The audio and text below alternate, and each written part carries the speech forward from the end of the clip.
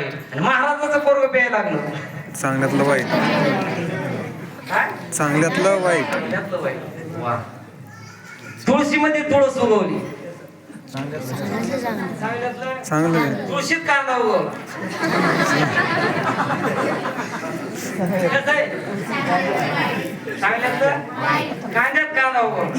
चांगल्यातलं चांगलं. काय काय काय काय वाईटातलं वाईट. तुळशीत कांदा उगवला, चांगल्यातलं वाईट. कांद्यात तुळस उगवली, वाईटातलं चांगलं.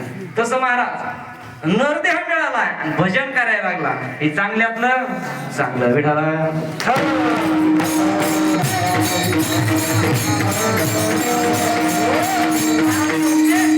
सांगतो तुम्हासी भजारे, तुम्ही भगवंताचं भजन करा. काय करा? भगवंताचं भजन करा. कारण भगवंताचं भजन करणं म्हणजे काय? त्याचं नामचिंतन करणं.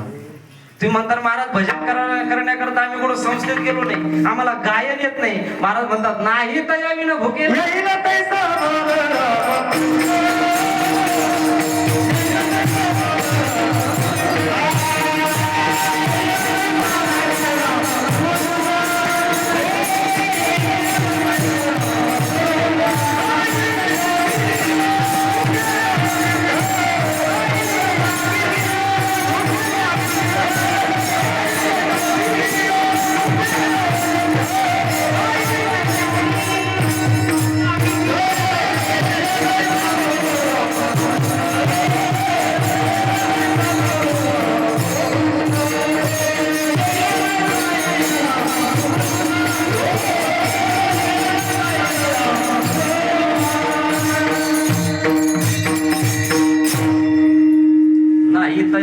भुकेला विठ्ठल येईल तैसा बोल रामकृष्ण. भगवंताचं भजन करणं म्हणजे काय करणं? नाम संकीर्तन साधन पै सोपे. सोपं अशा प्रकारचं साधन आहे महाराज. त्याच्याकरता पुढे वनात जावं लागलं. लगती सायास जाय वना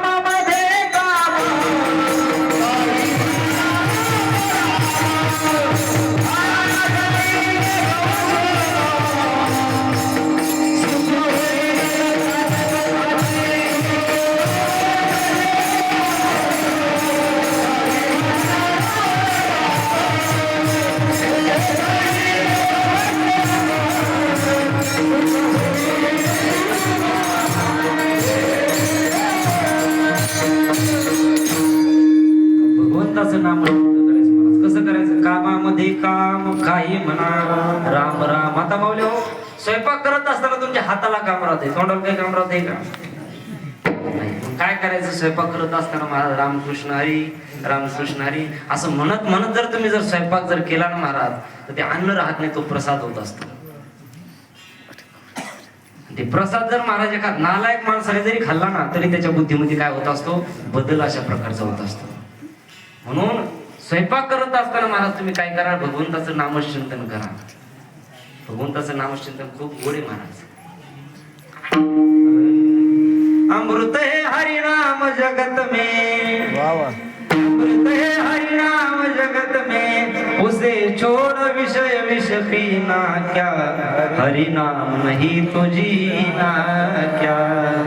भगवंताचं नामचिंतन करायचं. अहो भगवंताचं नामचिंतन केल्याच्या नंतर अनेक फायदे आहेत, एक फायदा नाही. बघा, भगवंताचं नामचिंतन म्हणजे डबल पॉवरची मशीन आहे. मला सांगा, तुम्हाला डबल पॉवरची मशीन आवडते का सिंगल पॉवरची? डबल. कशी आवडते? डबल पॉवरची. भगवंताचं नामचिंतन म्हणजे डबल नाही, अनेक फायदे मान. चला आपण ते बघूच आता. जाऊ दे, हो द्या टाइम ठेवायचा. मला सांगा, अन्नदान केल्याच्या नंतर पुण्य निर्माण होते, पाप जाते का? बोला. अन्नदान केल्याच्या नंतर पुण्य निर्माण होते बाबा, पाप जाते का? गंगेचं स्नान करा, पाप जाते, पुण्य निर्माण होते का? नाही महाराज. अन्नदान केलं, पुण्य निर्माण होतंय. गंगेचं स्नान केलंय, पाप जाते. पण भगवंताचं जर नामचिंतन केलं ना महाराज, तर पापही जातं, पुण्यही निर्माण होते. अवघे होते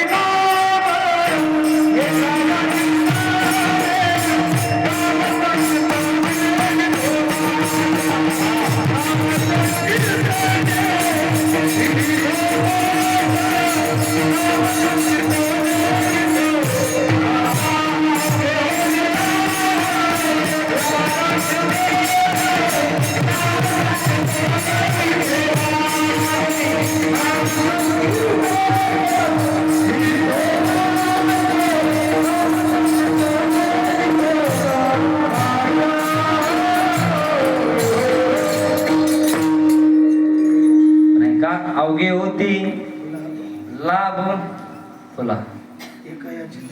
अवघे होती लाभ एका या चिंतने. परमात्म्याचं चिंतन केल्याच्या नंतर सगळ्या प्रकारचे लाभ काय होत आहेत, प्राप्त होत आहेत महाराज. बघा, भगवंताचं नामचिंतन केल्याच्या नंतर पापही जात. हरिमुखे म्हणा पुण्याचे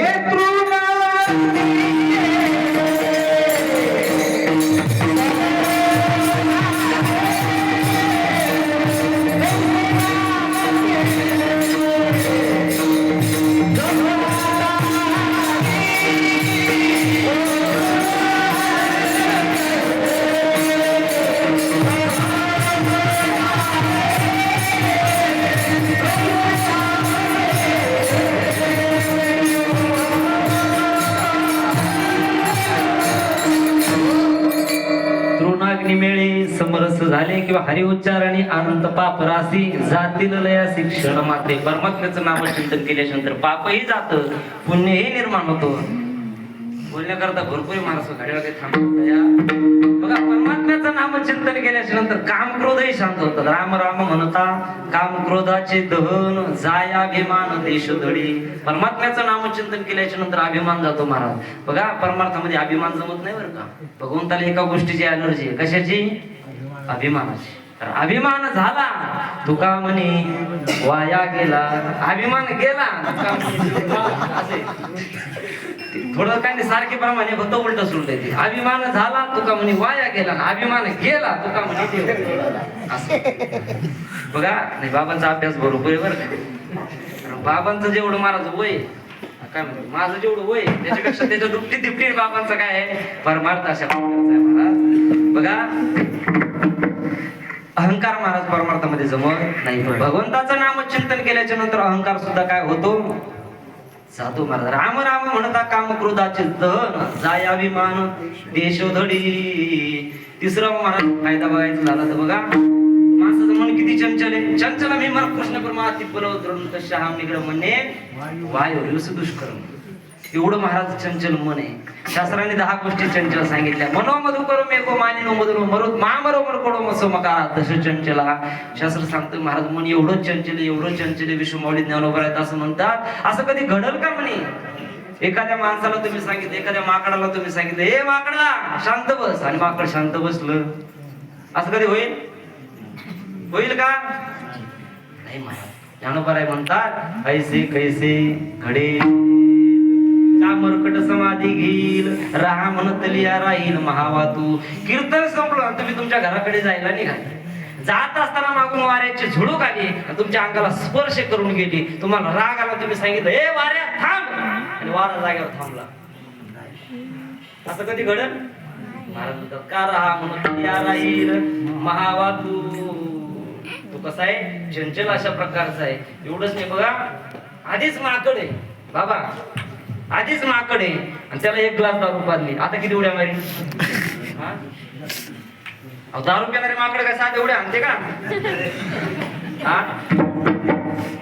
बघा महाराज, दारू पिणाऱ्या माणसाचे अवघड. बघा, मी तर नेहमी सांगत असतो 3 माणसाच्या कधीच नाते लागू नये. एक लहान मुलगा, एक दारू पिणारा, आणि एक येड. येड्याचे कधी नाते लागू नये.